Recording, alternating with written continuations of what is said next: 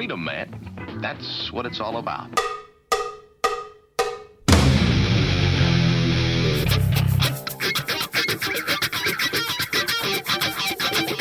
You've got to groove on freedom, like the good book says.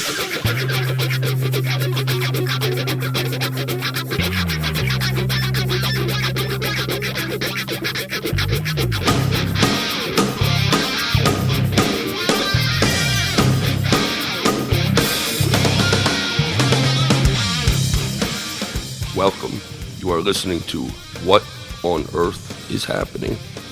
This show will discuss the topics of human consciousness, mind control, natural law, the occult, and all issues that affect the freedom of the people of Earth. What on Earth is Happening will endeavor to shine light upon the darkness of our world and to offer empowering solutions to the problems we face as humanity approaches its critical moment of choice. And now, here is your host, Mark Passio.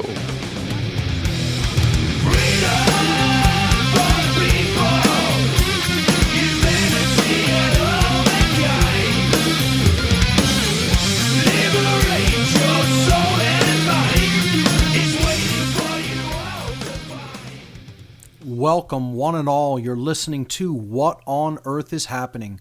I'm your host, Mark Passio. My website, whatonearthishappening.com. Today is Saturday, February 2nd, 2013. It is midwinter. Today is Candlemas, or Imbolc. This is What on Earth is Happening, episode number 139. And the big announcement to come right in with it at the top of the podcast today is that I will no longer be broadcasting live on Oracle Broadcasting, on the Oracle Broadcasting Radio Network. And today on the show, I'm going to be getting into some of the reasons that I have made the decision to separate from the Oracle Network and to go on my own with a non-live podcast. And I'll be getting into the reasons that I've made that decision a little bit later on this show today. So I want to let people know a couple of things. Last week, the show was on replay on Oracle Broadcasting because I actually had a case of laryngitis. I was not actually sick. I had talked my voice out from actually trying to explain some things to some people that I had been around over the last couple of days preceding last Sunday.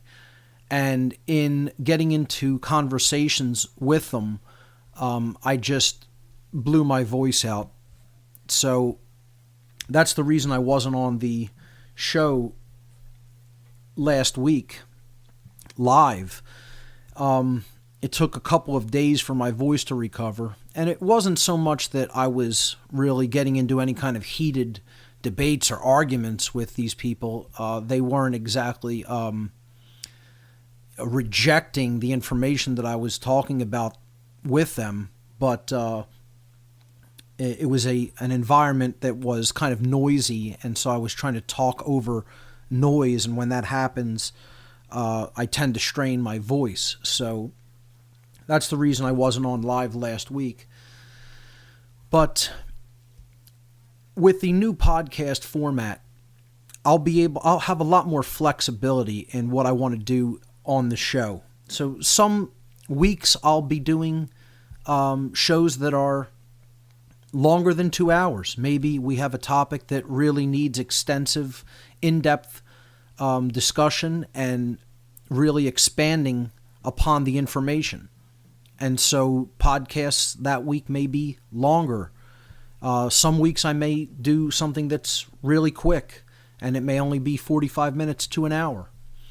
And it's going to be on an irregular schedule as well, the podcast. It may not, some weeks I may come out with 3 or 4, and some months I may do 2 podcasts in a month, or even 1. this is going to allow for greater flexibility, and I think it's going to really ultimately let me have a greater modicum of control over the entire show and the quality of the content.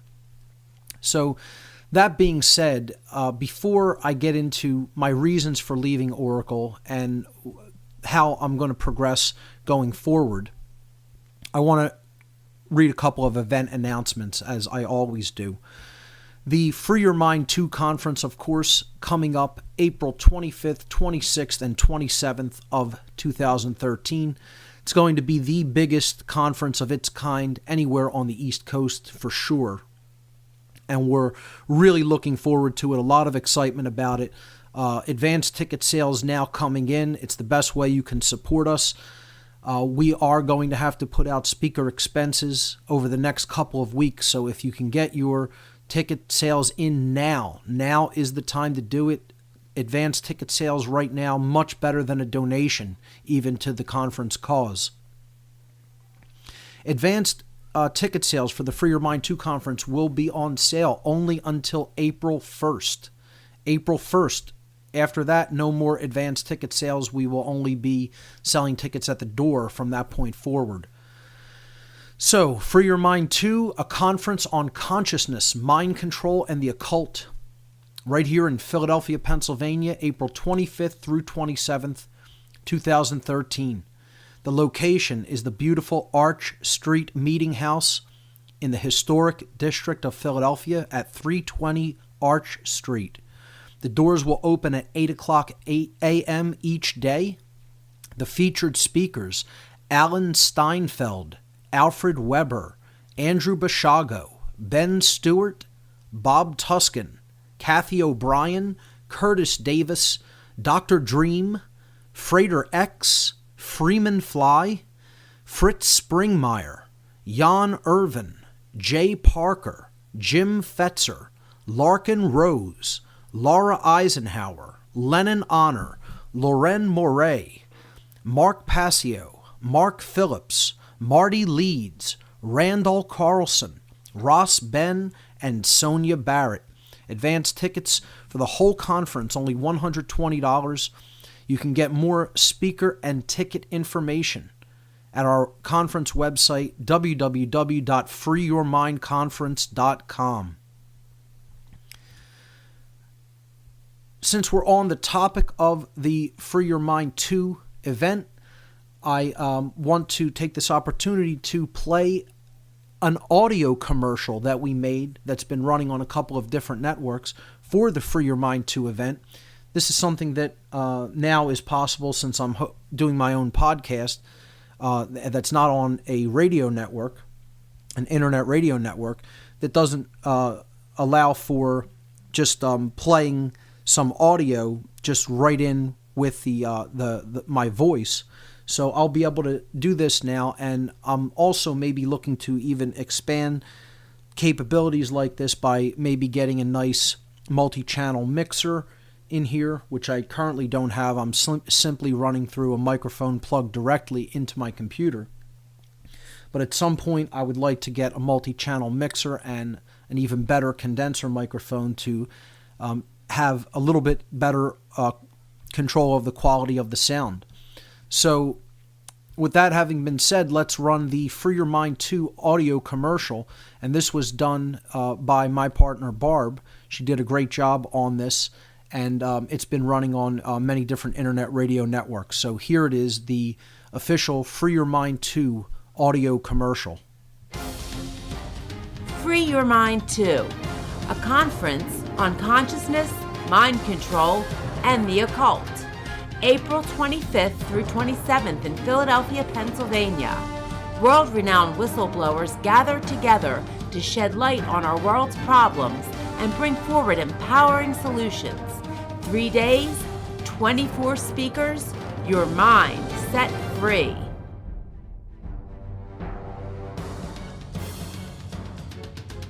Free Your Mind 2, April 25th through 27th in Philadelphia, Pennsylvania. For speaker and ticket information, visit freeyourmindconference.com.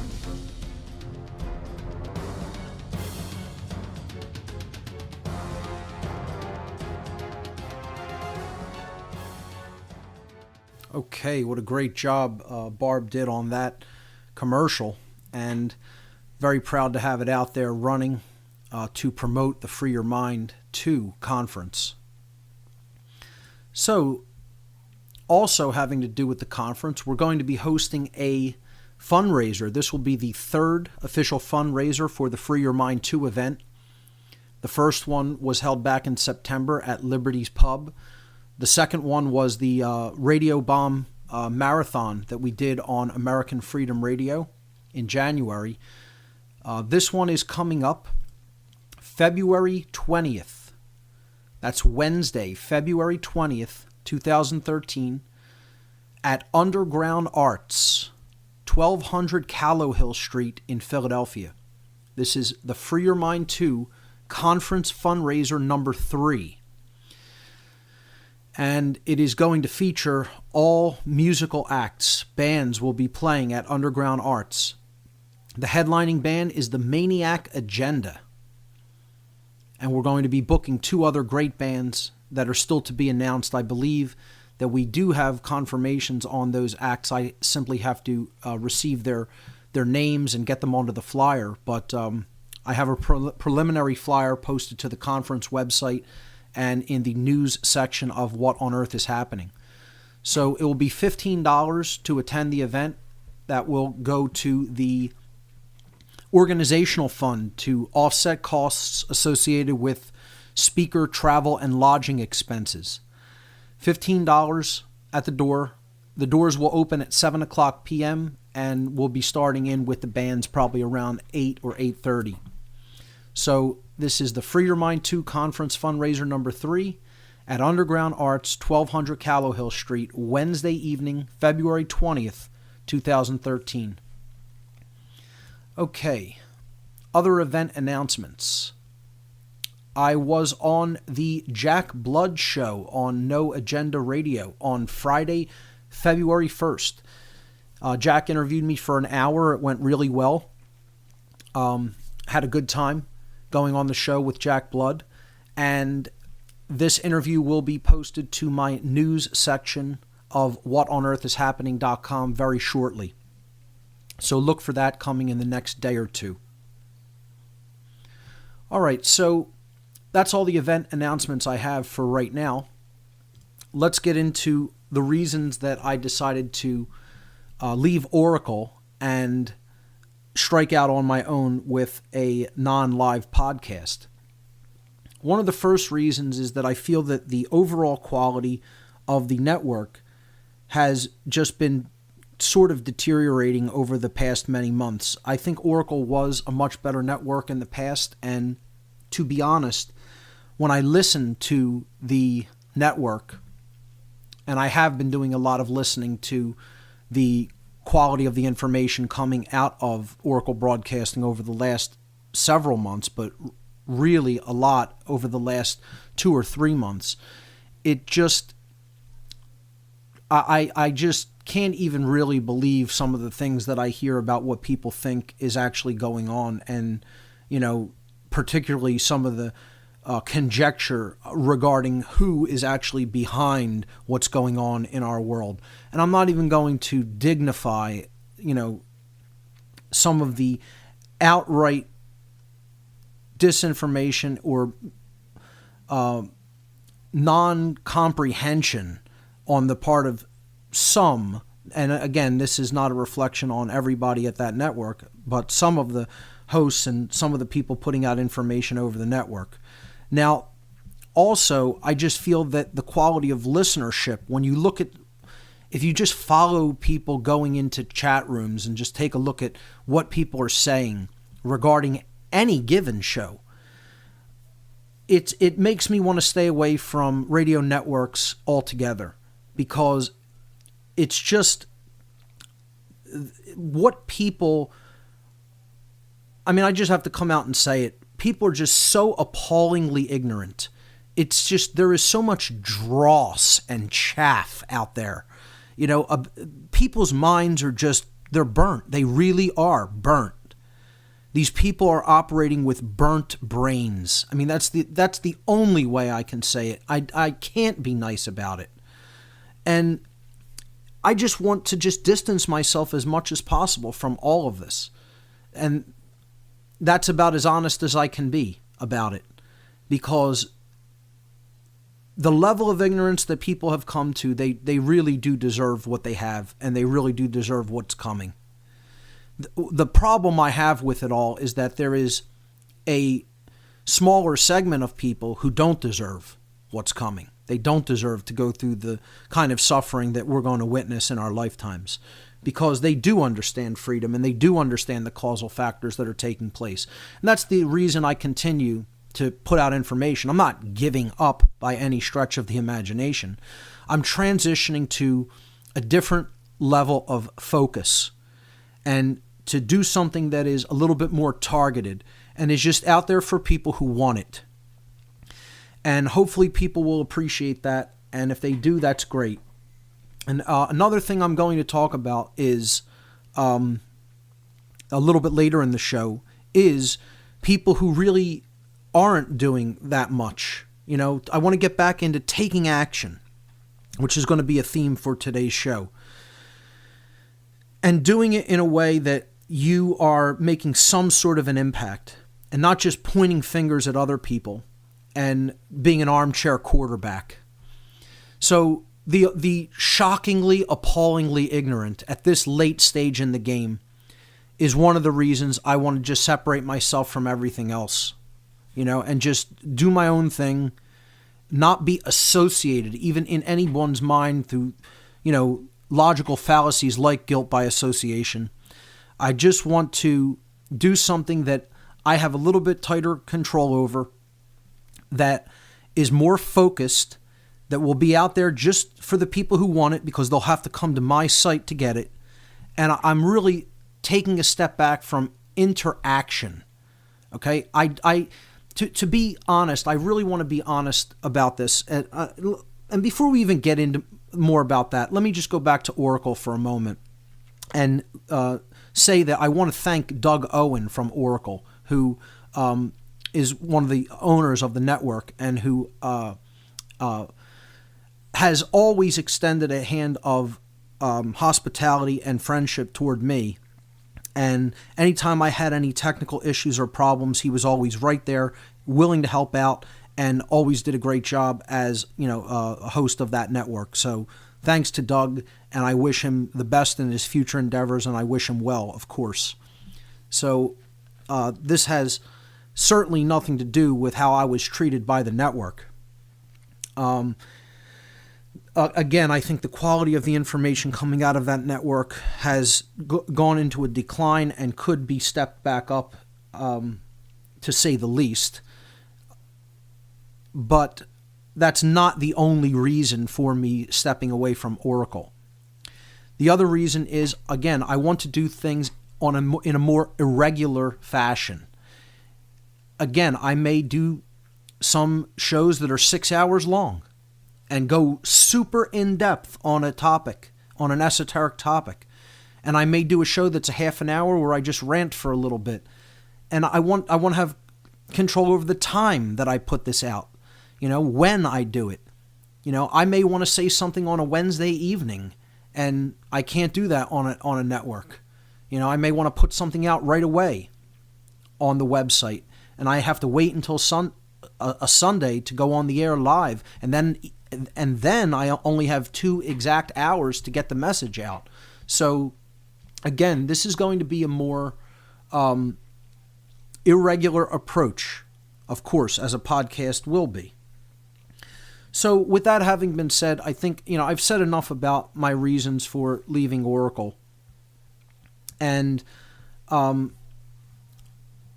really want to talk about the donations now that came in from people who were chipping in for keeping the show commercial free. Now, of course, a podcast is going to be commercial free, but I'm no longer with a network, and that was the intended purpose for people sending me some of those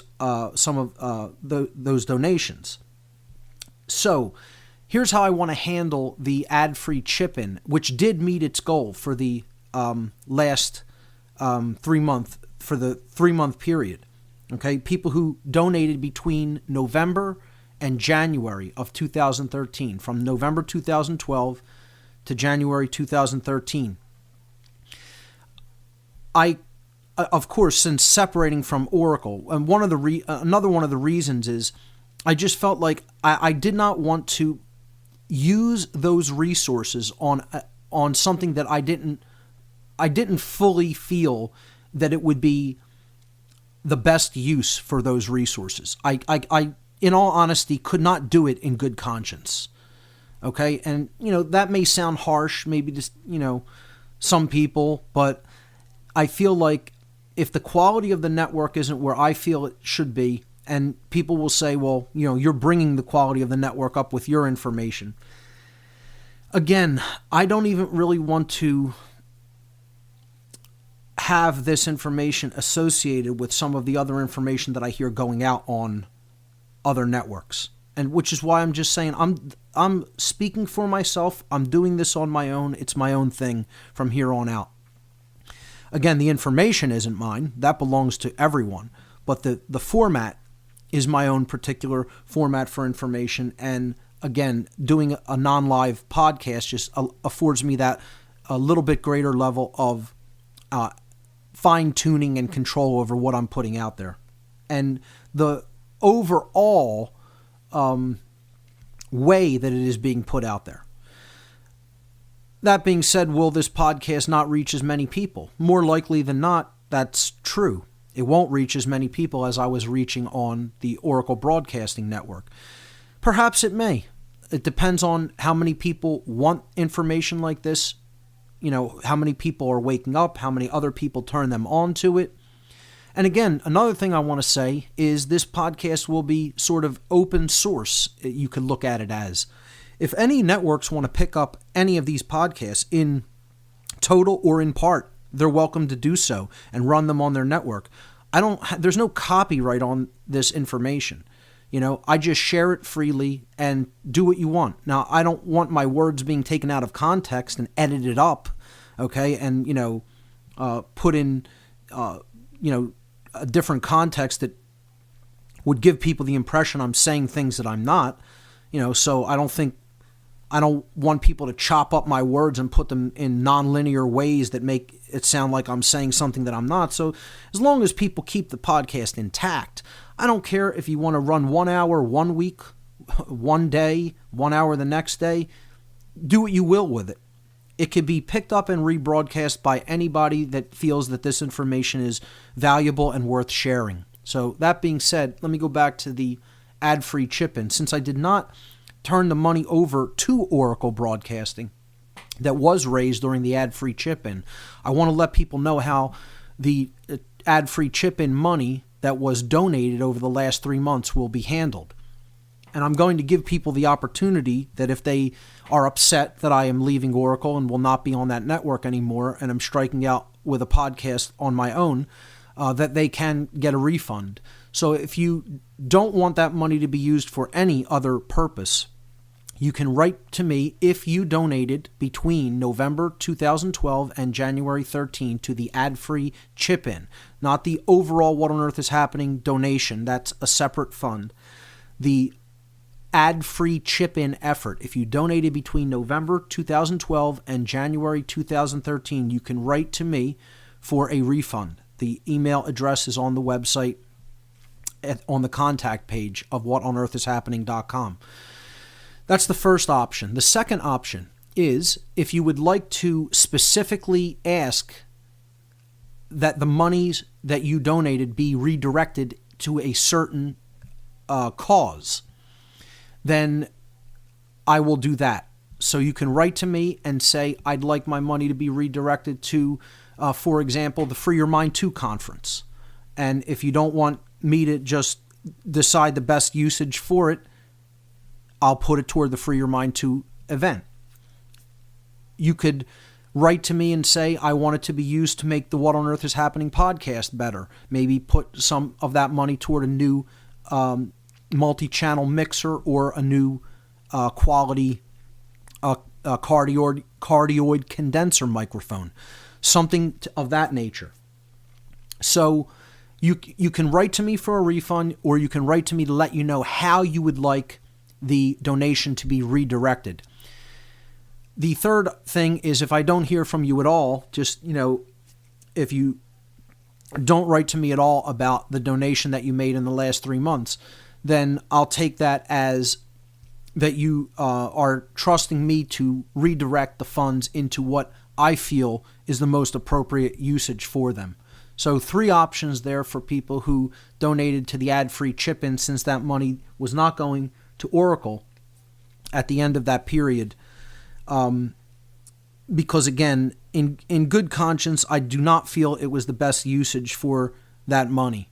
And again, some people will be upset with that, and that's fine. They could simply write to me and I'll issue them a full refund of whatever they donated. If they are okay with that and want to specifically request how that money be redirected, you could choose the Free Your Mind 2 conference, or even the Tesla Science Foundation, or the What on Earth is Happening podcast, or anything else for that matter, if you would like me to redirect the money if it's a decent cause or charity. If I don't hear from you, I'll take it as you trust me to redirect that into whatever I feel is the most appropriate usage for those funds. And more likely or not, it will be split over the Free Your Mind 2 conference or the What on Earth is Happening podcast improvement effort. Okay. So that having been said, let's look at some changes that I also made to the whatonearthishappening.com website over the last week. Of course, since I'm not doing the radio show live, there is no radio show page anymore on the whatonearthishappening.com website. There's also no chat room, and this goes hand in hand with how I'm simply pulling back from interaction with the public. I feel that the public in general, and again, people who do understand should not take offense by this statement, who do have a real inkling of what's going on in the world. The public is so unfathomably ignorant, and the people who come, some of the people who come in the chat room are such, I mean, the only way to even say this is they're animals. They're not even human beings. They're animals. The racism is rampant in a lot of these people's mindset. They totally fall for the divide and conquer ideology, the divide and conquer manipulatory tactic, the method of control. They're totally caught up in the dialectic, and they're degenerated animals. They're not even humans as far as I'm concerned. And yet you do have some people who also come in and really understand and want to have a legitimate discussion. But in all honesty, it's just like the effort for even making a chat room like that, not that I hand-coded it myself, but to even go onto the site, sign up for an account, set up the chat room, find a plugin for my site and post it. It's not even worth it for the kind of content that goes through that forum, that medium. It's not worth it. It's just, it's a mudslinging fest usually in there, and 90% of the people who go in there have absolutely no clue what is going on the earth at all. And the things that they say, and again, people who they blame, they really, really have their head so far up their ass that they may never get it out, to be just completely honest and wicked about it, because it's just the truth. Their owners are laughing at them so hard that I'm telling you, these people are probably responsible for the largest proportions of sales of adult diapers throughout the world than anyone else, because that's how much the real owners of the people of this world are laughing, that they're just absolutely wetting themselves. Absolutely. And just looking at what they say, and just, where they have been able to work their minds into the place that the manipulators of this world have been able to work the minds of some of the idiots of this world into, all they can do is laugh their asses off to a point where they're wetting themselves. So, I mean, that's all. I don't even have any other words to say what I think of what I have seen going on in different chats, including my own, over the last few months. And people will say, oh, you're falling into the whole thing. Oh, these are just shills. These are hired people to go in and say this stuff. What's the difference? There's still people who actually are willing to do that, who don't care about what the world is, who don't care about what's going on around them. And they'll take money to go in and try to create opposition inside a chat room of a show that's trying to explain something that's really taking place. What's the difference whether that person's paid to do it or not? Or is just a complete clown idiot that actually believes the nonsense that they spew? To me, there's no real difference between those two things. It's still the same end result. Somebody's still doing that action. So, is it disheartening? I think that it is, because it just shows you how destroyed people are. They're so mentally and spiritually destroyed and degenerated. It's just unfathomable to me that this is still where we are in the age of total information.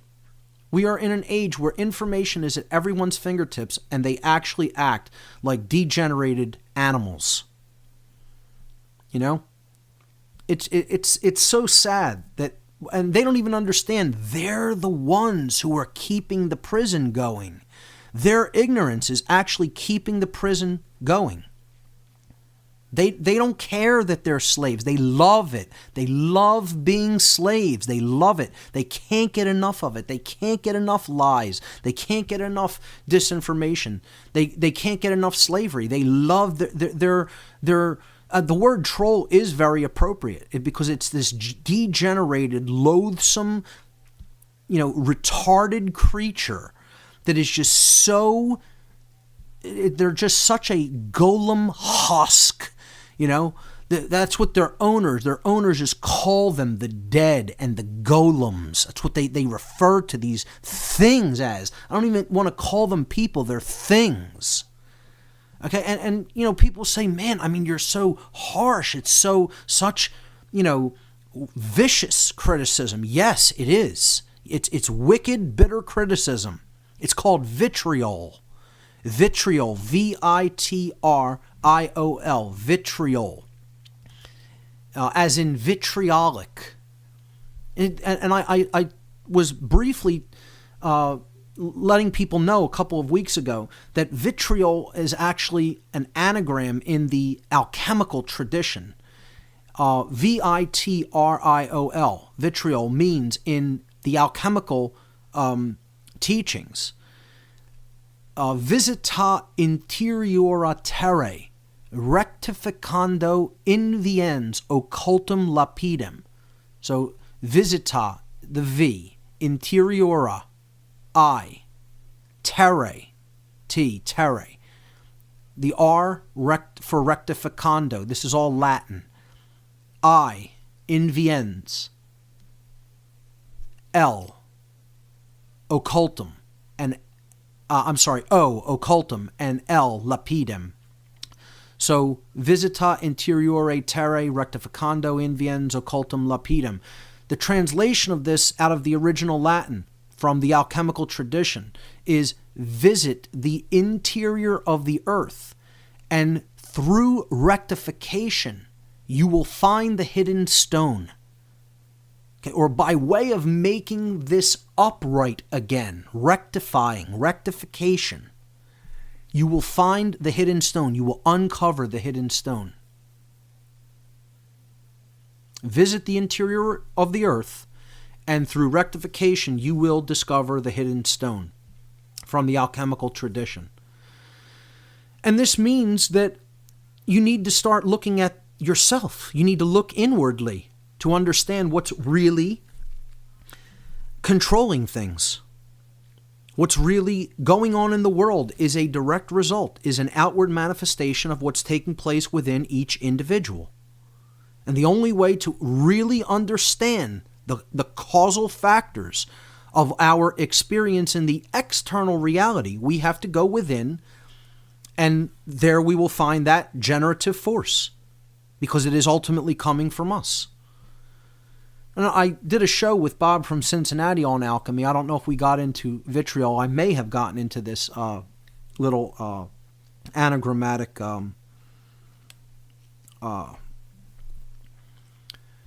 saying on that show. I can't quite recall whether I did or not, but if you want to listen to more about the alchemical tradition, I suggest going back in the news section and checking that out. Maybe I'll do a show in the future on alchemy right here on What on Earth is Happening. But in the English language, derived from the Latin vitriolum, is and that meant an acid, like a very strong acid, like hydrochloric acid or something like that, I believe is what that meant in Latin. But the English word that is derived from the Latin vitriolum is vitriol, and it means vicious or bitter criticism, acidic, biting speech, okay? Very acidic speech. So I use vitriol all the time. I don't apologize for my use of vitriol. Acidic speech is there to wear down the lie and show people the lie is something that should not be respected at all. And anybody who backs it up, anybody who reinforces it, this isn't, this whole New Age garbage, this New Age deception of we have to put it in sweet, pleasing tones, okay? And if you get angry about anything, it invalidates the argument. This is such nonsense. It's such nonsense.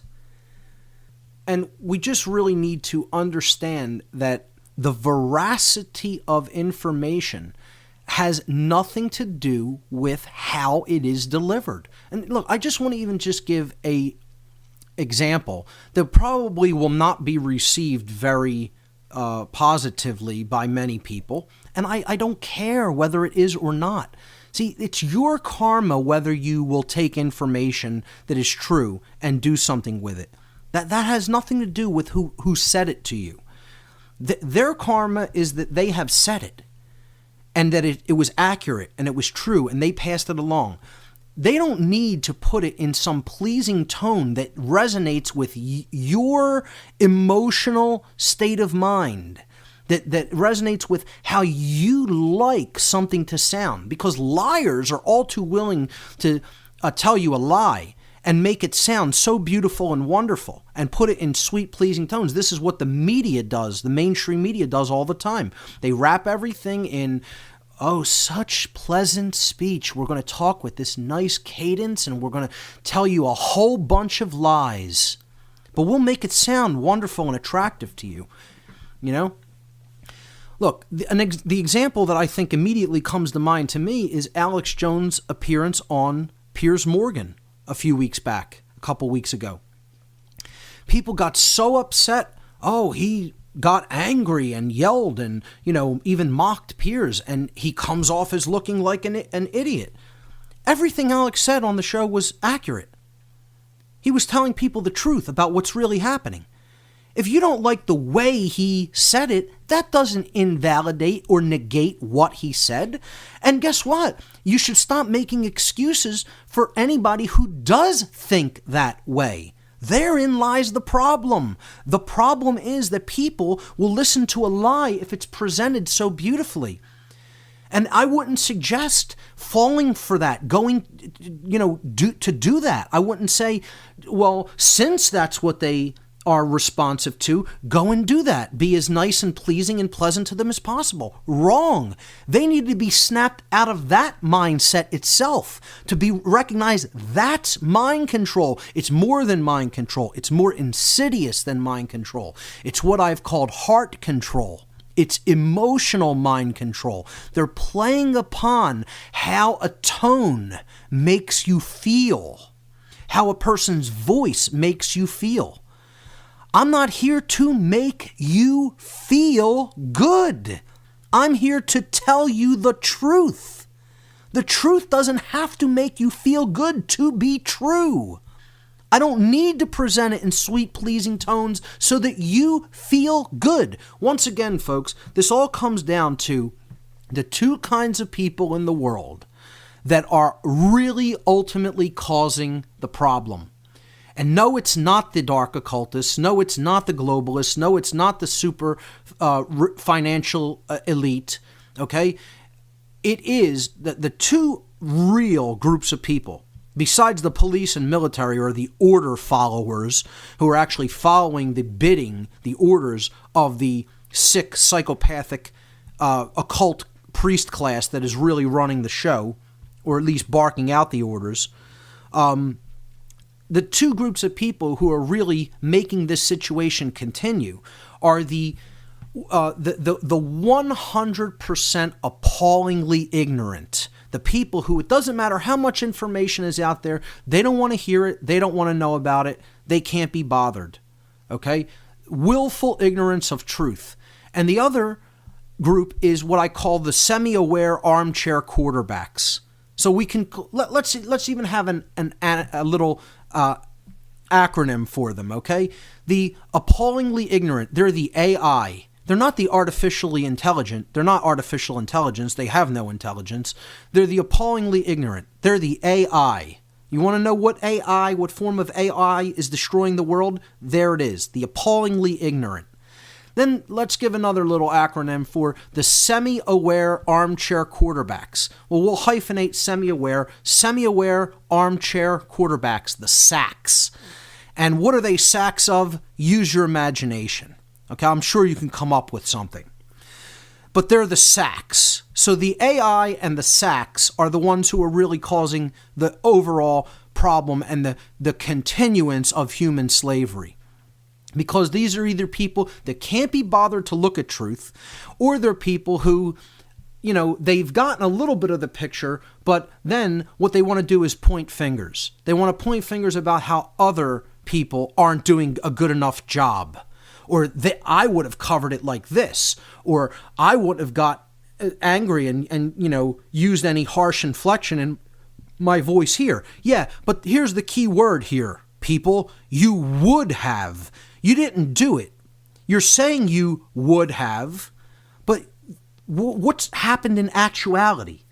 See, the actual action that you took was nil, was null, was big goose egg, zero, null and void. Okay? And this is the problem, that everybody wants to talk about what somebody else is doing or not doing. But when it comes to them actually doing something, please, we can't be bothered with that. I can't actually get on the field of battle. I have to sit here on the sidelines and be an armchair quarterback. And these are the people who are actually really keeping the world in the total state of ignorance and slavery that it does exist in. And that's why I say that, a big portion of the podcast today is going to be vitriolic. Am I making attacks? Yes, I'm making attacks. Are they personal attacks? Well, I would say they're semi-personal, yes. Okay? Because I'm directing them in general at a type of person. I'm not going to single out any one individual person, but I'm going to say the people who are ignorant and the other group that is semi-aware, who just wants to sit around and say and comment on what other people are doing. My entire question or series of questions to them are the following. Here's what I ask people. And I actually sent out this series of questions to several individuals over the past couple of weeks. Not just one, not just two, several. Who wrote to me to suggest that I do things differently, or that I they don't like the way I'm doing this or that, or they are nitpicking about this particular aspect of what I said, or, this piece of information that they don't find is exactly accurate. And what I write back to people like that, first of all, you can go and look every single time you get somebody who's a complainer. You will go and look. You can take their name, their email address, you put it into a search engine. That's one of the first things I do. Let me see what this person's actually about. Let me see what they've done. And you know what you find every time? Not just some of the time, all of the time, 100% of the time. It's almost impossible to find anything about them online. There is no record. You can't type their name, even in double quotes. Like, to find a phrase in an internet search engine, you type it inside double quotes, okay? And it'll bring back pages that it has to have those two words together. So, like, first and last name. If you type Mark Passio without the double quotes wrapping it, you'll get a lot more results than you will if you type Mark Passio inside double quotes, because those two things, those two phrases, those two words, have to appear exactly together as a phrase. So you'll know that those pages contain something about me if you type it in double quotes into an internet search engine. Well, you do this with other people's first and last names, and you get nothing. These complainers, these nitpickers, they want to sit and complain, and they've done nothing. So I write to them and I say, I would like you, I'm very happy to answer your question, okay, about what you nitpick about, but I would like you to tell me the address of your monstrous website that's packed with so much information, total gems of wisdom, and it can totally help to liberate humanity. It's getting to the very crux of the issue, to the heart of the matter, and the taking in of this information that you have so freely and of your own accord put out there for humanity is capable of liberating humanity if it is deeply understood. Where's your track record? Where is your testimony? Where is your site? Okay? Or even barring that you have a site, how about radio interviews or podcasts that you've done with other hosts or that you've put together yourself? Okay? Even if you don't have your own site, where's your radio show? Do you have a radio show on Blog Talk Radio or TalkShoe Network, or, someplace, or even a blog on Blogspot or something, okay? Where is the testimony of all the information that you're putting forward for other people to pick up on so that it can help them change their lives? And again, people can say, well, I'm doing that in my own life. Well, guess what? If you're not using the availability of information that can get the information out to as many people as possible, you're still not really putting the information out there. If you don't have a website, a podcast, a book, going on other radio shows, some form of media that is preservable, that can be put out there or given to other people, easily handed to them. You could put a podcast on a disc, hand it to somebody. You could put it on a thumb drive or on a hard drive. Okay? Where is this for other people? What have you actually put into the world? Giving freely of your time and your resources to explain things like the non-aggression principles, the principles of self-ownership, natural law, true freedom, what it really is, mind control and how it operates. Where is all that data that you're putting out there it's so drastically different from mine, and I'm so wrong, or it gets the parts totally right that I get wrong or that other researchers get wrong? See, I don't care who it is. It doesn't have to be me that you're attacking. Whether you're attacking David Icke, or whether you're attacking Alex Jones, or whether you're attacking lesser-known people.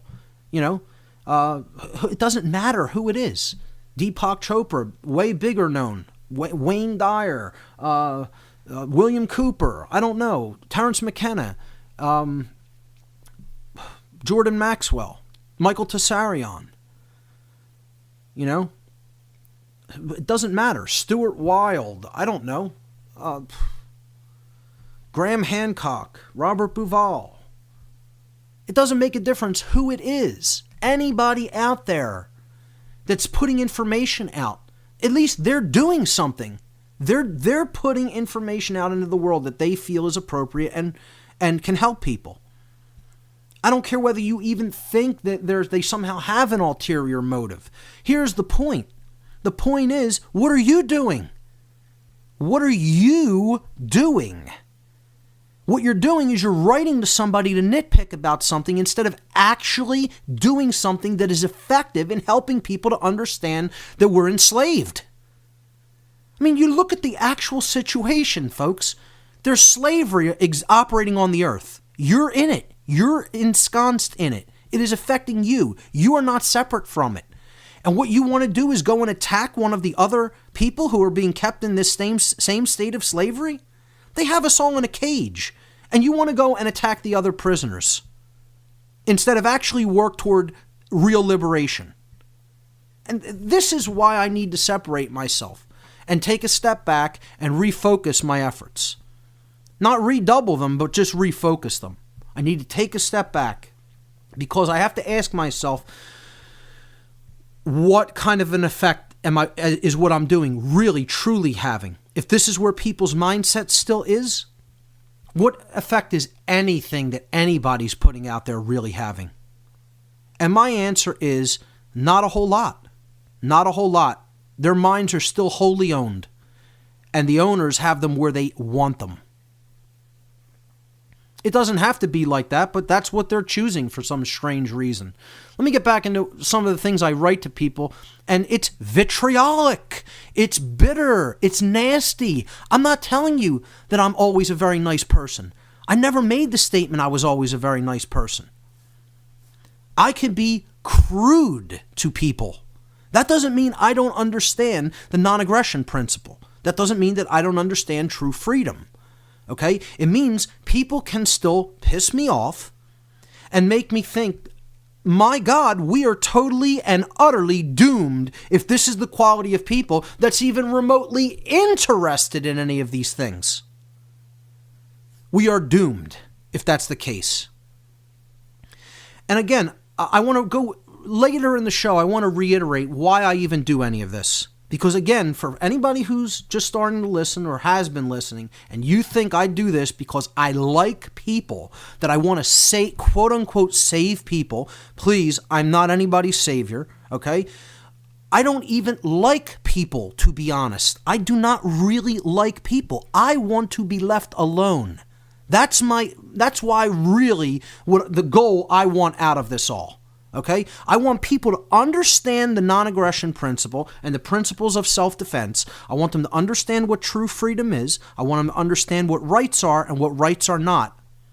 And I want to be left alone. And I want them to leave other people alone if they want to be left alone.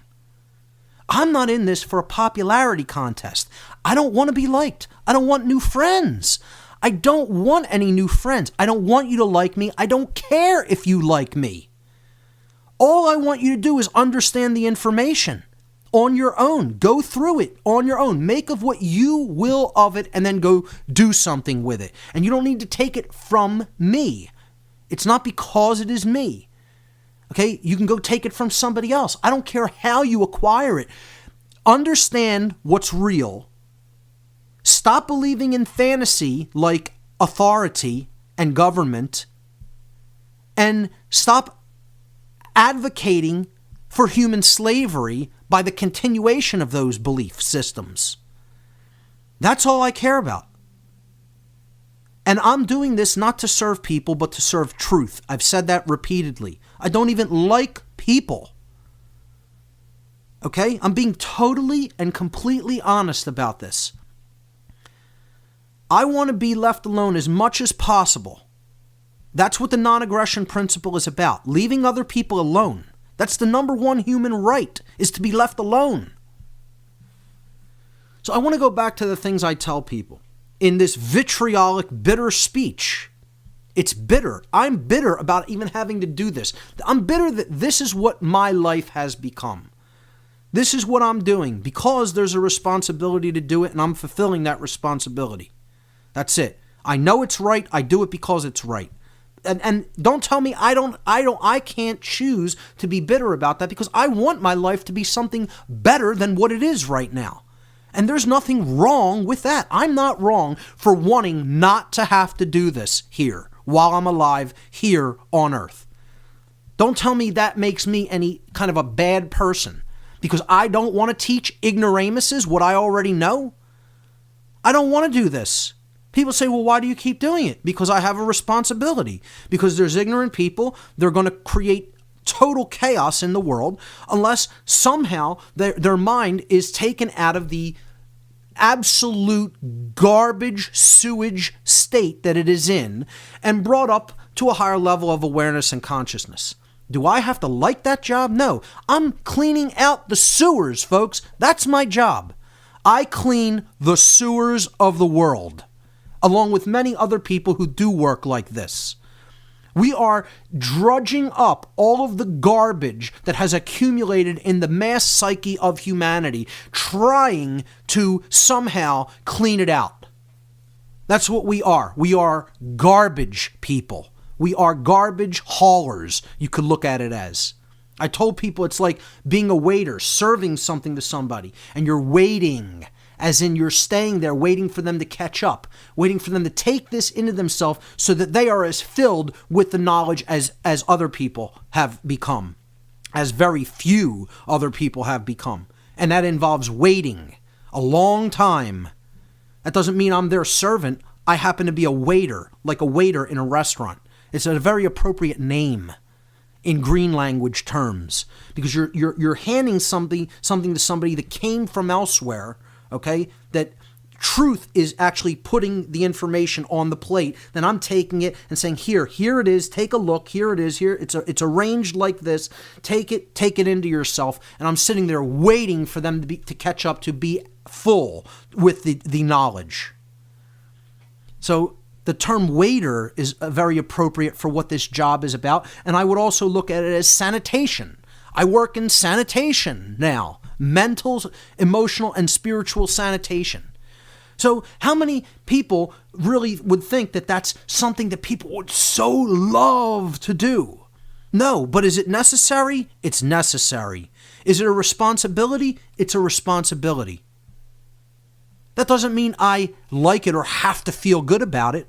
I want my life to live in peace, to do what I want to do with it. I would like to go and learn some gardening techniques. I would like to get better as an artist. I do some artwork. I do digital graphics and manipulation of graphics, and I think I have a pretty good aesthetic eye. I've tried my hand at painting, and I think I have some talent there, but I would like to work on that more with my time and really hone artistic skills and capabilities, which I think are latent within me. And I don't spend that time doing that because I do work like this.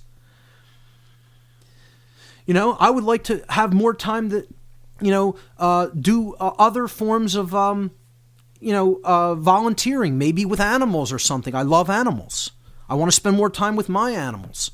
But I spend time doing this work because this is the main responsibility in the world right now. If we don't want to see the world collapse to total and utter crap, quite frankly, which it's well on the way to doing and is already most of the way there, to be quite honest.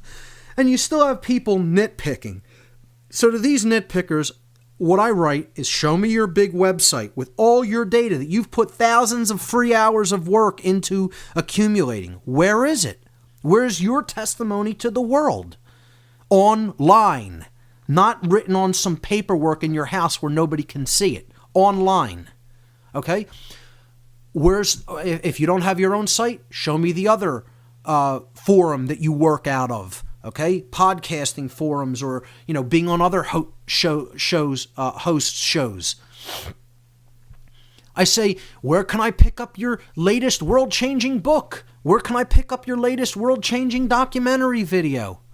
Or maybe you don't have a knack online, so maybe you write books, you get them published, and you sell them throughout the world. Where's your big book, or your series of smaller books? Okay, I want to know, where's all this data? Where is it all at that you're helping humanity with? You have so much time to write to people and nitpick their work, but where's your work at? Barring that, how about profound web videos you've made? Maybe you can tinker around with Windows Movie Maker or iMovie or any other open source movie making software. Okay, where's your web video? Point me to a YouTube site, a YouTube channel where I can see all your videos and check them out. Where's your live presentations? Hey, you could just take your phone, have a friend hold it and give a presentation and then post it. Where's that at? You know where it is? That's where it is. It's nowhere. Nowhere. A big goose egg. Sound the gong, press the buzzer, bzzz, zero. All the time. Not just some of the time, all of the time. I'm telling you, ladies and gentlemen, I am not lying to you. 100%, barring none, 100% of every criticism I have ever received, I have asked, please show me your work that you have put out there that refutes this. And not one person ever writes back with so much as a link, as a URL in the email to say, this is my work, I have put this out, here it is, check it out.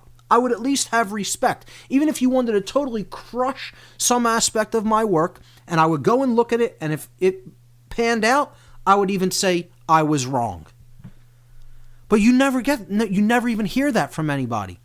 You never hear one word of response when you ask them, where is your work? Nothing. Silence comes back, ladies and gentlemen, silence. And again, this is another part of why I'm going to vent on this show. I'm going to express vitriolic speech, and I'm going to take a step back and reevaluate things. And I'm going to refocus my efforts in a different way. Okay? So that's what this first podcast is really ultimately all about. I want to reiterate why I do what I do. It's going to continue in a different form. And ultimately why I feel like I need to take a step back. Because I'm burning myself out. Trying to cast pearls before swine in many cases. And it's not to say I'm going to stop and withhold information. Because information isn't mine to withhold. It belongs to all of humanity. It belongs to the universe. Okay? The truth is no one's property. And I want to play a little video that deals with that concept a little bit later. Play the audio from a video. It's a great video that goes along with some of the topics that I've been talking about. It was brought to my attention from Bob from Cincinnati, who I want to thank for sending me the link. The video was called The Implication of Occulted Knowledge Upon Humanity, which I thought was even a great title for a video. And perfectly encapsulates in a very brief way what's really going on this planet in a nutshell. So I'm going to play that a little bit later, and it's about how, the truth doesn't belong to anyone. No one has a monopoly on it. I'm not going to withhold anything or just stop doing what I'm doing, but I am going to do it in a slightly different fashion from this point forward. And for the people who truly want it, they'll get it. They'll go out and take it. And again, I'm cutting back on interaction with people.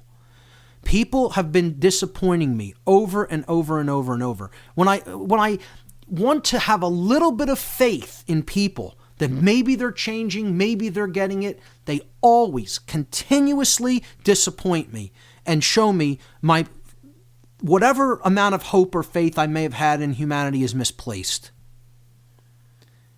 This is a totally ignorant, barbaric,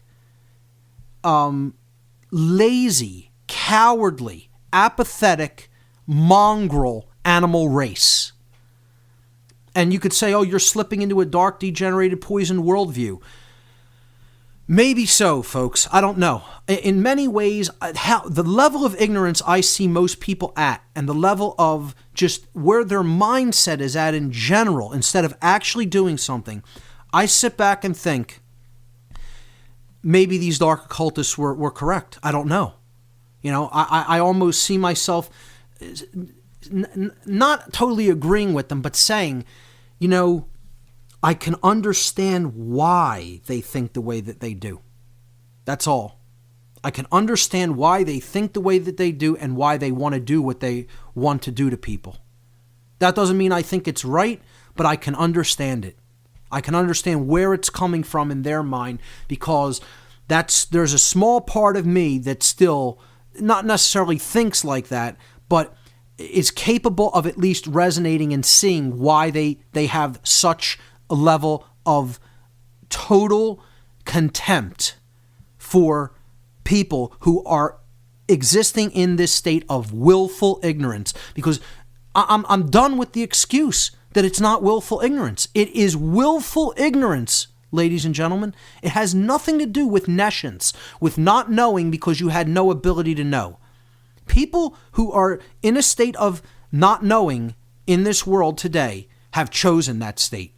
They are willfully choosing to ignore information that is all around them, capable of liberating their mind, capable of helping humanity out of the prison that it is currently trapped in.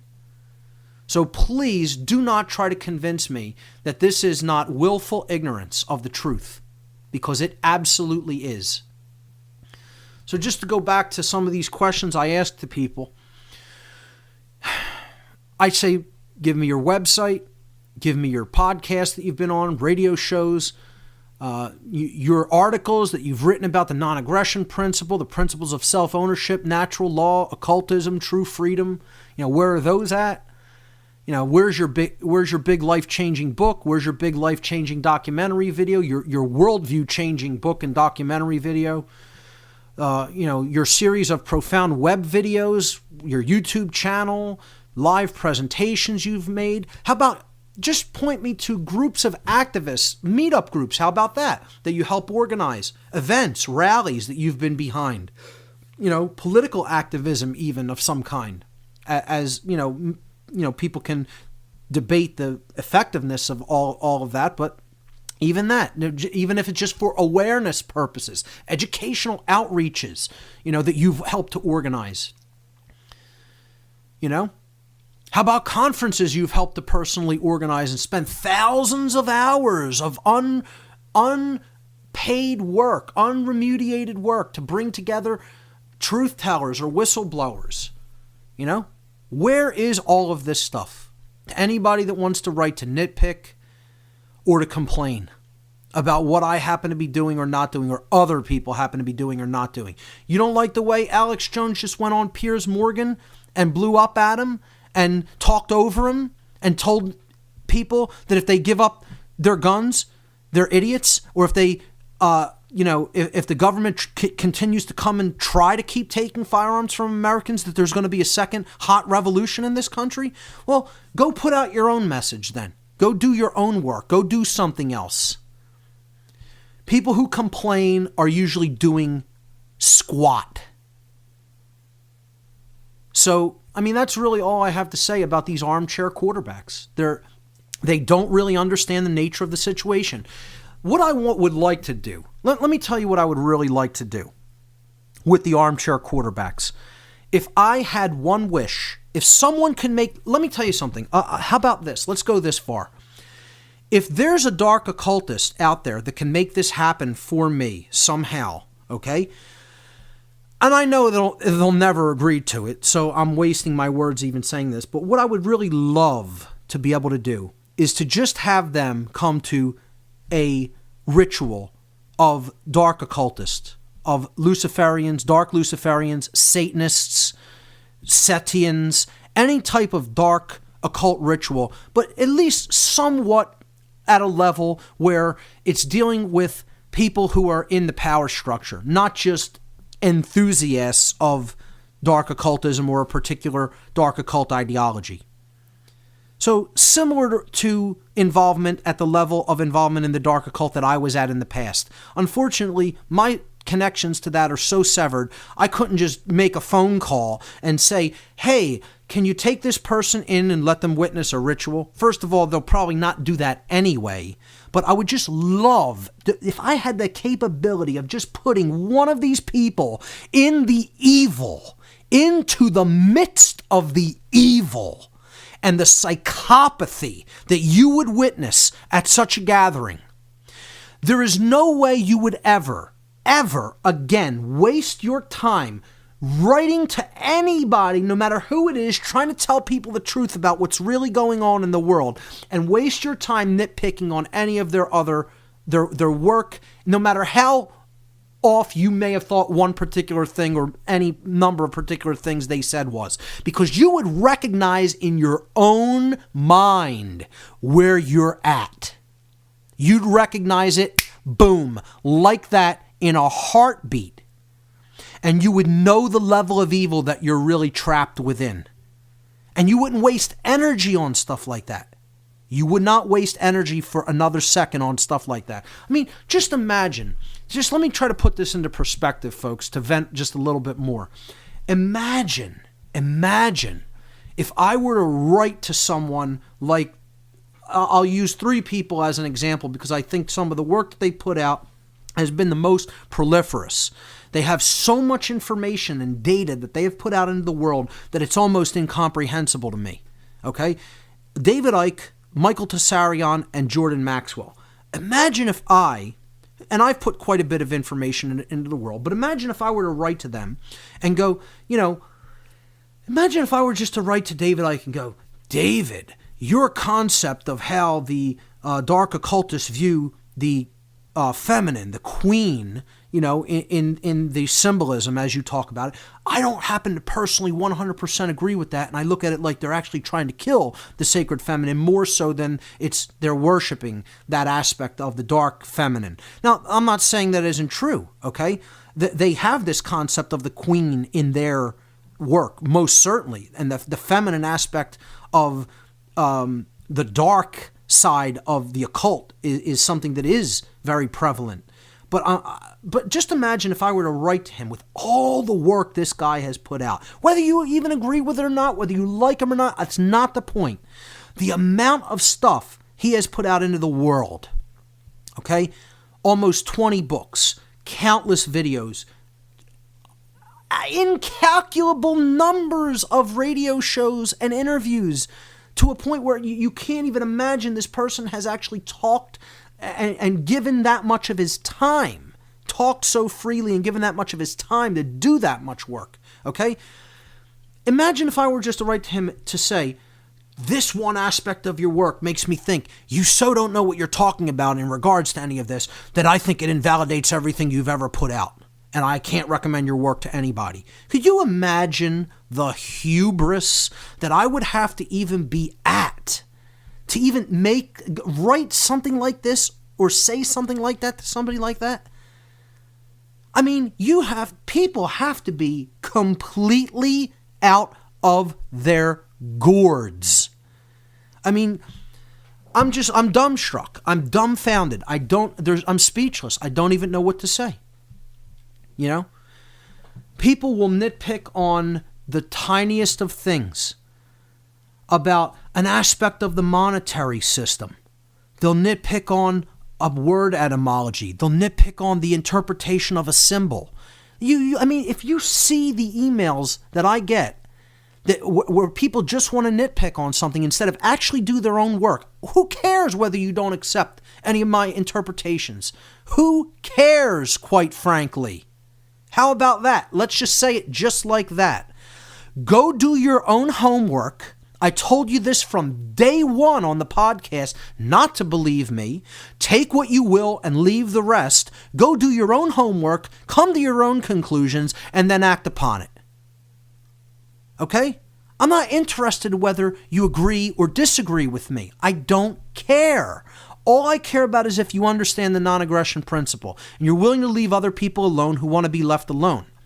And you don't advocate for the slavery of other people through things called authority and government that are not real, have never been real, and are never going to be real.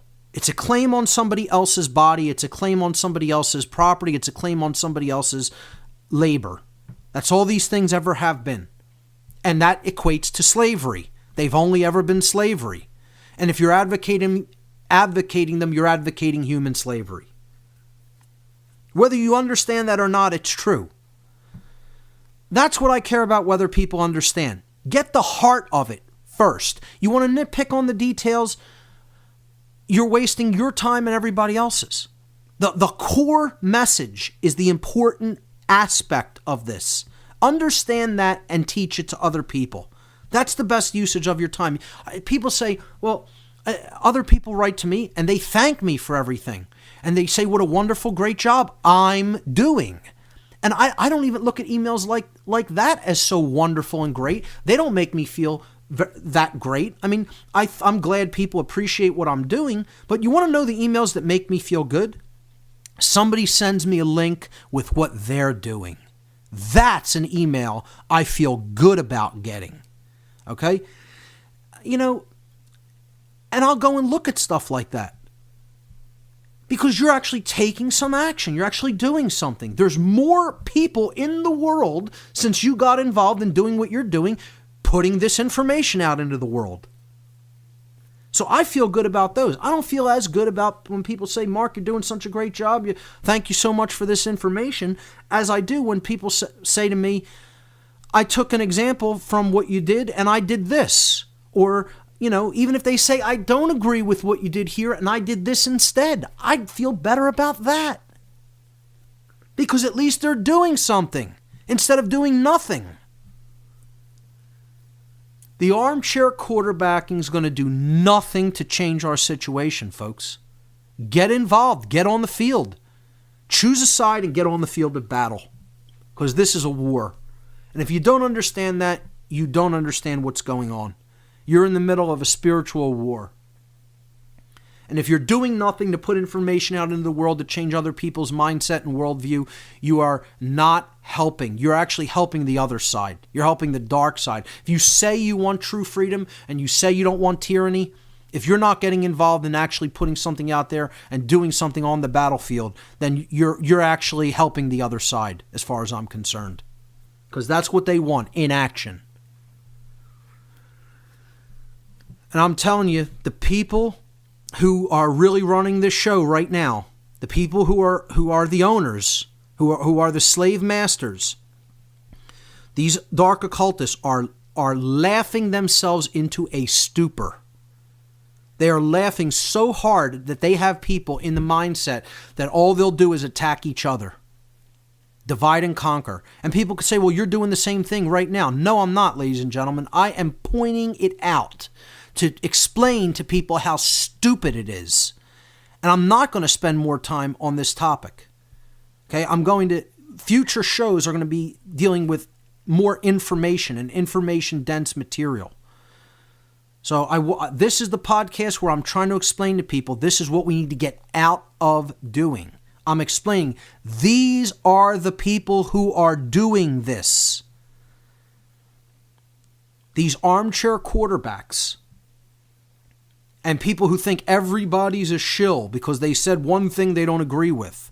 Oh, he said he didn't talk about this aspect of this, and so he must be a shill and trying to hold that back. Well, it doesn't occur to somebody, maybe he didn't want to focus on that aspect, or maybe he doesn't even know about that aspect. No, that doesn't occur. You're automatically an agent of the state. You're automatically a shill or a disinfo agent. This is nonsense. Total nonsense thinking. And I'm telling you, the real owners are they're pissing their pants. They are the belly laughs that I have personally heard come out of the mouth of occultists. I want to find somebody to draw for me a scene that I witnessed at a ritual that I attended. If there is any artist out there that could paint, etch, sketch, draw, do a cartoon, I don't care, whatever. If there's any good visual artist that can depict a picture of a ritual that I attended, because I want somebody to try to put on paper the demented, psychopathic, evil laugh.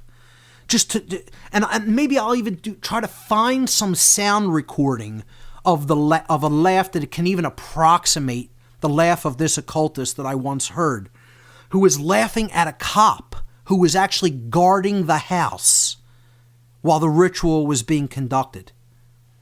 He was actually laughing and calling this cop our pets. Our pets. While he was gorging himself on food and smoking a cigar. In this dark gray suit with this ugly tie. And just, he looked like, you know the father from Harry Potter? You know, the Harry Potter's foster father, not his real father. You know, the Dudleys, I think their name is. The Father Dudley, I can't remember what his name is, but that's what this guy looked like, or at least reminded me of. And again, this was way before the Harry Potter stuff ever came out. In retrospect, thinking about his face, that is who he looked like. I would just love to have this drawn. I could describe the scene, I could describe what the inside of the place looked like, and I could describe how he was laughing at this person, where they were standing in relationship. And just maybe I could even, go find a sound file to play the belly laugh that I heard. I don't even want to try to approximate the belly laugh because, one, I will probably butcher it and not get it right. I'm going to go on sound pages and just try to find a deep laugh that approximates how this psychopath was laughing at this cop. And it just, like, if I could put somebody there for an instant, I just wish I could go back in time and just put somebody in that position to just show them who their owners are. It's my only wish, to be honest. Because then your whole worldview would change in a heartbeat. You would see what the level of evil and sickness that you're really up against, and you wouldn't waste one iota of energy nitpicking on the people who are actually trying to change this thing. So, when people say, Mark, you get worked up about it, you get angry, you get bitter, all of those things. Yes. Because what are these people doing? The answer is absolutely nothing. And that's the problem. And you're damn right I'm going to be bitter about that because I've given my life up. I have given up my life to bring this information to people.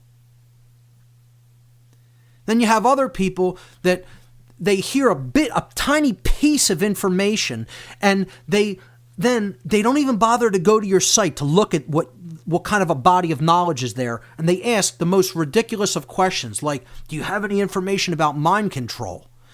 No, I don't have any information about mind control. You heard a half an hour interview I did, and that's the question. You go right to my contact page on my website, you click that, and that's the first question that you ask. You didn't bother to even look at the site.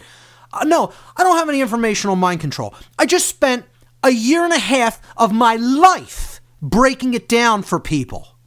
A year and a half of my life to put shows together that deeply explain it and go through all of the methodologies that are involved with it. But I don't have any information on mind control.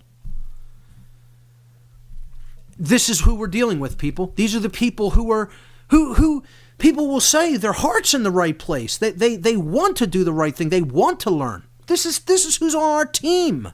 This is who we have on our team. You know what this is? This show is and always has been a comedy hour. It's a comedy show for the dark occult. Laughing, saying, look at what he's doing for nothing. Pissing themselves, laughing. People think we're going to be free. You think we're going to be free? It's a big goddamn joke. People who think that. They're a big goddamn joke. And that's all I have to say, on this topic. What I want to go through, and again, that's not the reason I even do this. I don't even do this because I think humanity's magically going to be free. I do this because I'm speaking the truth, and I serve truth. That's the force I serve. I do not serve human beings. I don't even like human beings. Okay? I think human beings are devolved golems. The vast majority of them on this planet.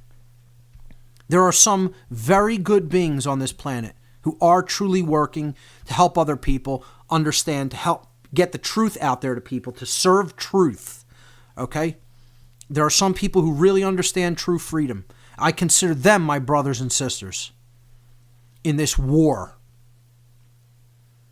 But Most people are degenerated animals, and they deserve what happens to them. The problem, the moral issue that I have, is that they're dragging other people into that total cesspool of suffering with them.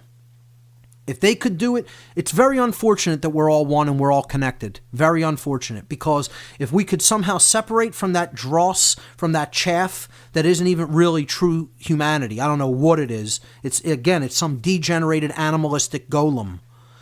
Then it would be great, because they could have what's coming to them, and we could have what we really, truly should have, which is true freedom and a world that is governed by the principles of non-aggression, and actually then turn our lives over to doing what we really want to be doing instead of doing this, which is saying the same thing over and over again to a bunch of ignorant asses who don't even want to understand or know.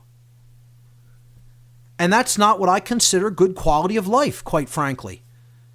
You know, and you say, well, that's selfish. Yeah, it is. There's nothing wrong with me wanting my life to do what I want with it instead of having to say the same thing over and over again to people who really don't want to understand it. I'm doing this because I am not going to let truth be lost in the world. And this is why other people are really doing it. They have a responsibility to truth, which is a responsibility that is higher than a responsibility to any other human being, including one's self, lowercase s. My responsibility to myself does not supersede my responsibility to the truth. And which is why I'm going to keep talking. Don't think I'm going away. But I am pulling back my contact with other people. I will be putting things out. I'll be putting new videos out soon. I'm going to be putting out the lecture that I gave at MUFON, Pennsylvania, at the MUFON PA conference. Tim Smith, I want to thank him for doing a phenomenal job on the videos that he just produced. First of all, he did the Matrix presentation, the Matrix Trilogy Decoded presentation video, which he did a great job on that. He did a phenomenal job on the MUFON presentation that I gave. Right now, that had been offered as an exclusive video on the Free Your Mind fundraiser. So I'm going to hold that video for about another month or so. And maybe I'll post it on the first day of spring. That would be a nice new addition to the work on my website, on my video page, and on my YouTube channel. At the beginning of spring. I think I'll do that. I also have the video I did at the Why Tesla Matters conference, also produced by Tim Smith. Did a phenomenal job on that as well. I'll probably post those together when spring begins. Let's look at that as a tentative date for those to hit the What on Earth is Happening website. So new material will be going up. This will be in a regular podcast format. Okay, so don't look for it the same time every week. You'll have to just check the website every now and again, and new episodes, will be going up. Again, I may do another podcast tomorrow. I may do two podcasts this week. I may not do a podcast this coming week. I may, do one next weekend. I may do 6 in a month. I may do 1 or 2 in a month. It's going to be on my schedule when the urge strikes me, and again, it's going to take on a little bit more of a targeted and focused format. So that's all the venting and the vitriol that I want to get out there for today.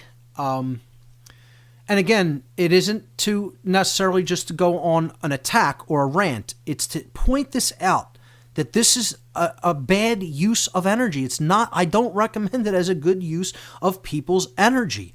Go do something that's truly productive. Put this information out there for other people. That's the reason why things aren't changing fast enough. You're spending time nitpicking on stuff instead of putting information out there for people. I don't even care if you don't have it all right. You can go and edit it later. You can go and say, later, after I put this out, I reevaluated it. I no longer think this. I can go back and say, hey, information in podcast, whatever, number whatever. I didn't have this right. Please accept my apologies that I put out bad information, and here's my change. Here's my revision. You could always do that, I feel like I waited too long to even start talking. I've said this before in the past. I sat on this knowledge for a while, doing nothing, until someone shook me out of that with vitriol, with harsh words, not with saying, it's okay that you're doing that and not really speaking and you know all of this and you're doing nothing. No, they said, hey, what makes you think you can do that? What makes you think you have a right and that you don't carry your responsibility to put this out there for other people? That's how they said it to me, and I thank them for saying that to me like that.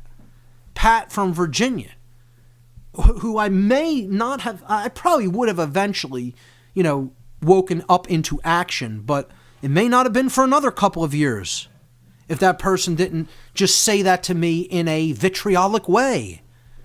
So I think that's great. And she might not even think it was a vitriolic way, whatever.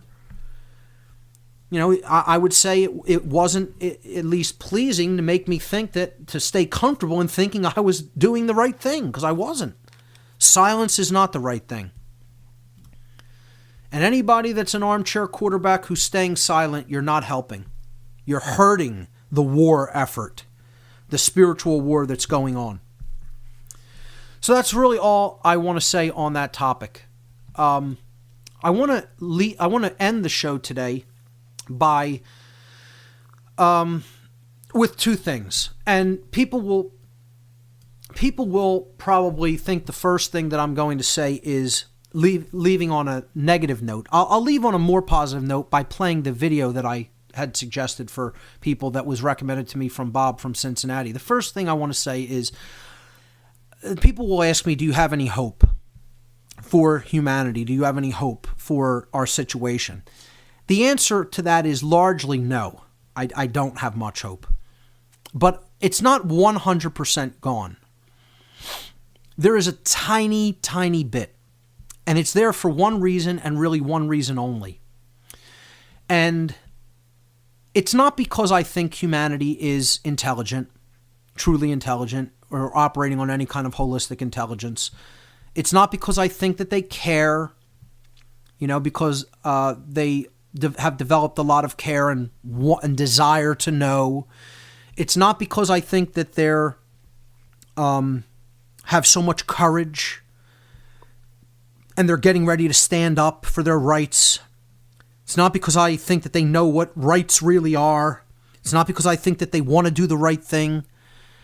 I don't have hope for any of those reasons. I don't have hope because people are, have such a strong developed will and they're so ready to get involved and do something and make things happen.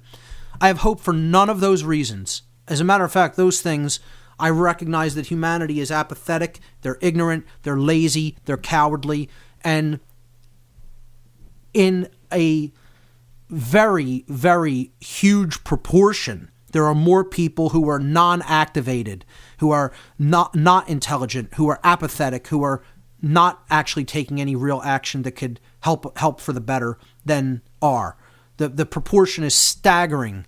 Okay, I would say if 1/10% of people are aware and active, I would say that would be an encouraging sign. I don't think we're anywhere even close to that, who really understand and are really doing something about it, who understand the true causal factors and then are actually trying to help other people to understand those true causal factors that are rooted in natural law. I would say it's far less than 1/10% of the whole human population. Far less than that. Maybe 0.05%. Maybe. I'm being exceedingly generous, I think. So, with that having been said, then people will say, well, why do you have any hope at all? And the graphics that I'm going to post with the podcast, I'm only going to post 4 of them today. I will also post a related video, and I'll post the related audio file of the Free Your Mind commercial, the audio commercial. If anyone wants to pick that up and run it on any network or show, absolutely feel free to do so. It will be posted with this podcast.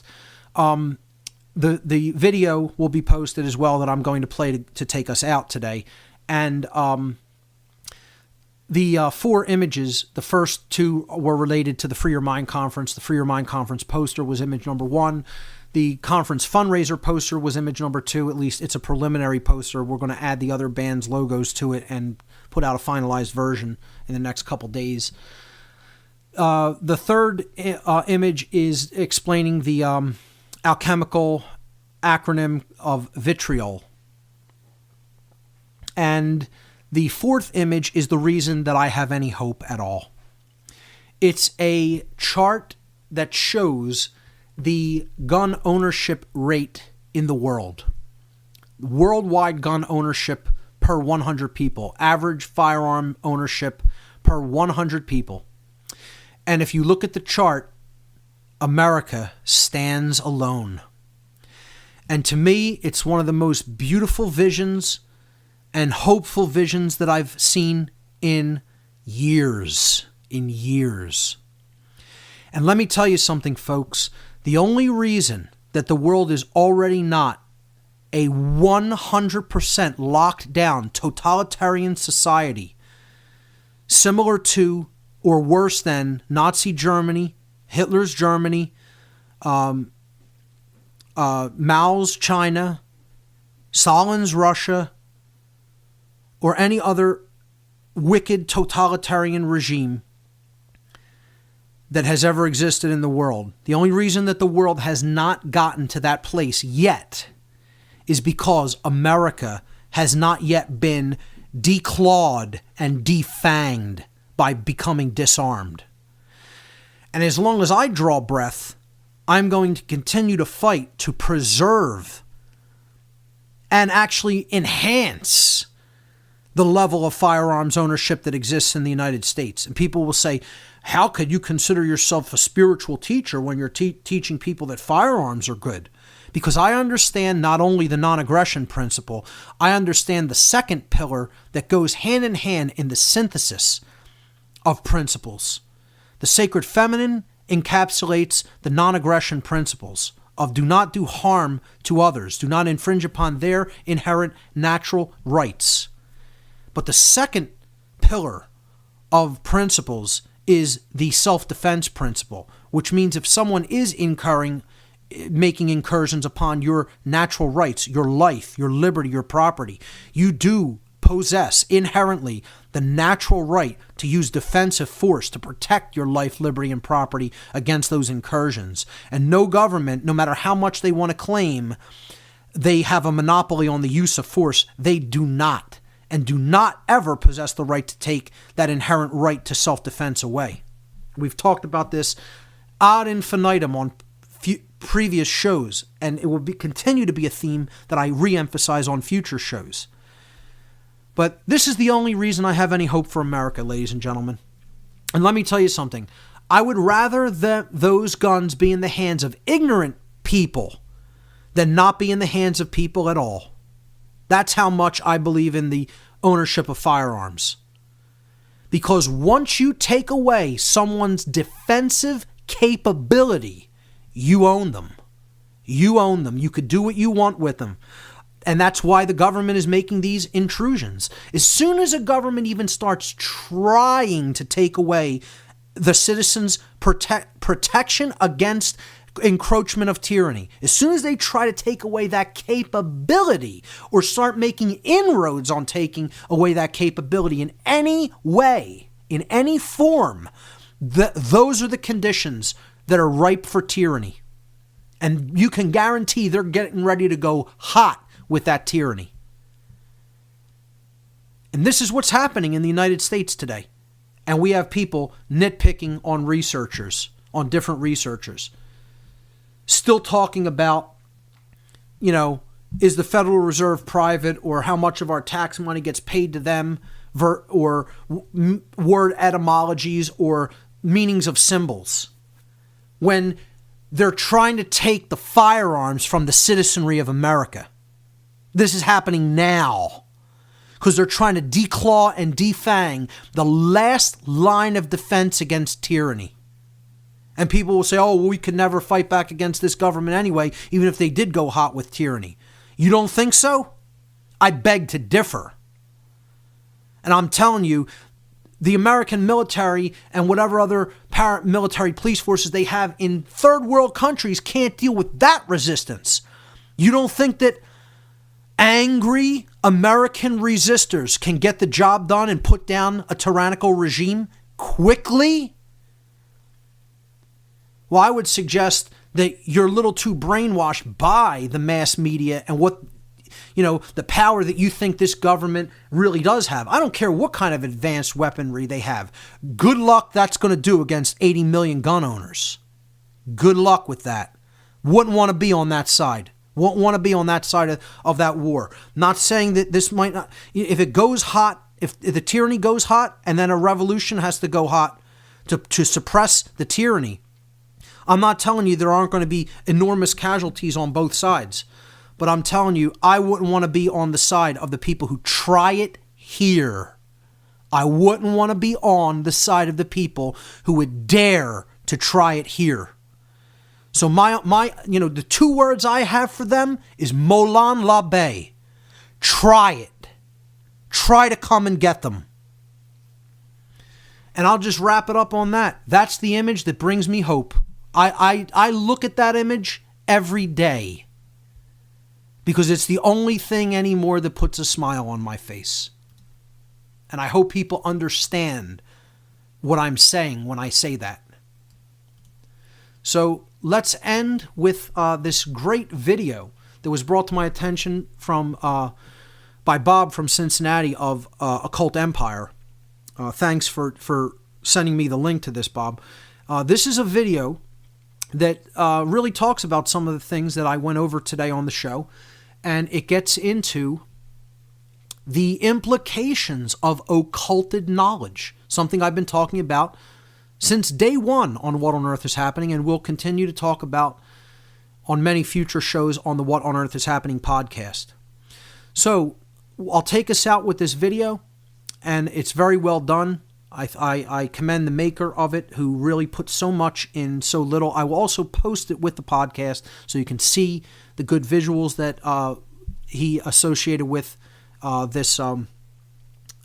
this breakdown of what occult knowledge really is and its impacts upon human society and ultimately the internal world of the psyche within each individual.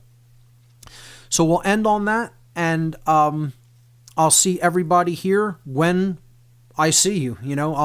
I'll be putting out podcasts again on an irregular schedule, so just check the website. Please help to promote for the Free Your Mind 2 conference. I ask people to spread those posters. Invite your friends on the Facebook page for the event. You can find that on Facebook. Just type Free Your Mind 2 conference.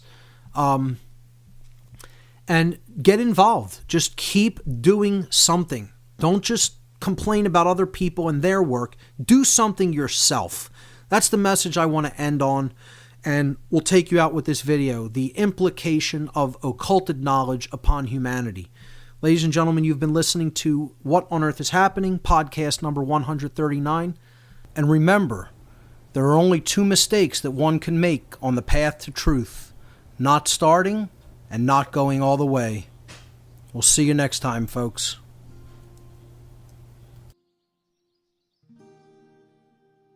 Peace and blessings. The following is a short video presentation for the Sacred Breath Archives on the current collective psychology of humankind, and in particular, the implications of secret societies and those who hide, that is, those who occult knowledge from their fellow humans. First, it is important to briefly explain the extreme as above, so below, or as within, so without reality. Many understand the psychological and spiritual challenges we face within us as individuals will reflect themselves into so-called real external events and phenomena. Likewise, the psychological and spiritual challenges we face as a collective people will also manifest in events and phenomena that follow similar archetypal patterns, only on a much grander scale. One such way this happens, that many may be familiar with, is through the divination arts such as astrology. Contrary to popular belief of the masses, astrology is not the study of how heavenly bodies affect the individual. The heavenly bodies act simply as a map to the archetypal cyclical patterning of man's psyche. All would agree that it is absurd to say that the earth turns as it does because of the effects of some mysterious force that clocks have on it. A clock is simply a way to track and map the revolution of the earth. The same applies for astrology, although further explanation of this is beyond the scope of the presentation. In a similar manner, I believe that many ancient stories that we have incorrectly called myth are indeed the retelling of actual events that occurred in literal history. They may not be 100% accurate, and they may be embellished in certain details. They may not also be originally associated with the peoples of whom we have received those stories from. Many stories have passed through many different cultures, but the names and places are often changed so as to relate to the particular culture. These events have archetypal themes that continue to manifest as maps and guides to the spiritual and psychological issues that we as humans have not dealt with. Just as it was said earlier, that the individual will attract certain life challenges and situations to themselves based on their psychological and spiritual state of being. In particular, it would appear that humanity's current state of apathetic, detached, zombie-like psychopathy is in large part because of peoples, both past and present, who have held knowledge from the general masses of humanity. This includes those who did and do so with malicious intent, and those who have mistakenly done so with good intent. There are those, both past and present, who have felt that knowledge of the spiritual and psychological inner workings of both man and the universe should be kept secret and only disclosed to a certain few who are deemed worthy. I can understand the thinking behind wanting to keep certain knowledge secret so that it does not fall into the hands of those with malicious intent. However, the following problems arise even when intent is sincere. Firstly, no one has the right to own truth. There is no monopoly on the truth, and every man has a right to it. Therefore, to purposely withhold the truth is against the laws of nature or God. Secondly, having another human or group of humans judging who and who isn't worthy of certain information is to go against the hierarchical nature of the universe, where each man must be deemed righteous by his own conscience, that is, his own link to the divine mind. It is not for another to judge who is and isn't worthy of truth, as nature itself has accounted for this in its laws. Nature herself judges who is and isn't worthy of truth through means of initiation and rites of passage in the form of moral challenges for both the individual and the collective. We can notice how man has attempted to replicate this through such things as the lodge system of Freemasonry and other secret societies. We are already members, though, of the Grand Lodge of Life, so to speak, and law and truth herself will guide us to her if we pay attention. In the Kemetic or ancient Egyptian spiritual system, they gave the image of the weighing of the heart with the feather of truth. Those whose heart was not in balance with truth were devoured by a mit, a creature that was part crocodile, part lion, and part hippopotamus, the three largest man-eating animals known to the Kemetic people. Those who are not worthy of truth in accordance with their thoughts, emotions, and actions are devoured by their own shadow. Lastly, on a global scale, by keeping truth hidden, man as a collective is like an individual who has intellectual knowledge of the truth but refuses to live accordingly. They lock that truth somewhere in the shadows of their being. They continue to live a life of greed, materialism, and selflessness because they refuse to look within at the self. This leads to a contradiction of being and a house divided amongst itself, which, as we know, cannot stand. And so we get both an individual and a people rife with mental illness and in many cases psychopathy. If, however, the truth is disclosed to all people, if all have free access to information about the occult knowledge of man and the universe, then they would, without hindrance, be able to address the self, recognize rites of passage in their life, and see life as one great initiation into the mysteries of the universe. They would be guided to truth by truth herself, and would quickly recognize the ways in which they are failing through an understanding of the laws that govern moral behavior. It is therefore the moral obligation of those who come to truth, however small that portion of truth they have come to is, to speak and live that truth. You have no obligation to convince others of anything. There is no point banging your head against a brick wall. But humbly present people with what you know. Live so that there is no contradiction in your being, and let the truth do the rest.